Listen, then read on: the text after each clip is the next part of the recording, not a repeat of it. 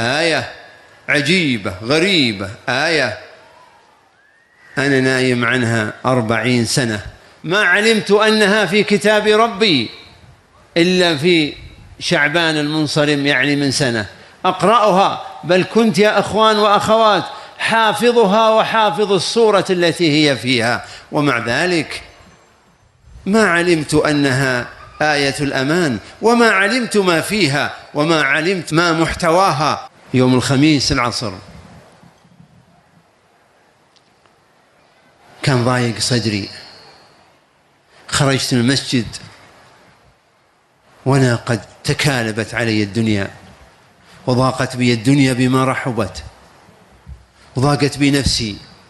5 ليس 1، 5 يا أخوان وأخوات، 5 أشخاص من علية القوم يريدون النيل مني ويريدون أن يزحزحوني من ساحة جراحي القلب ظلما وعدوانا، إلى أن بعد 2 أراحني الله منهم، فمات واحد ونقل الآخر وأحيل الثالث على التقاعد، وسكت الرابع واعتذر الخامس، فأراحني ربي منهم جميعا.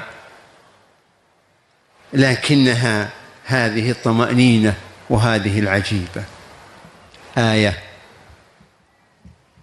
الأمان، وهذه آية عجيبة يا أخوان. آية الأمان أمان عظيم، يقول الله فيها سبحانه وتعالى: أعوذ بالله من الشيطان الرجيم، وما كان الله ليعذبهم وأنت فيهم، صلى الله عليه وسلم، وما كان الله معذبهم وهم يستغفرون وهم يستغفرون. أبشروا يا أخوات، أبشروا يا أخوان، لن تعذبوا وأنتم مستغفرون. أمان من ربي لكم في هذه الدنيا ألا تعذبوا ما دمتم مستغفرين.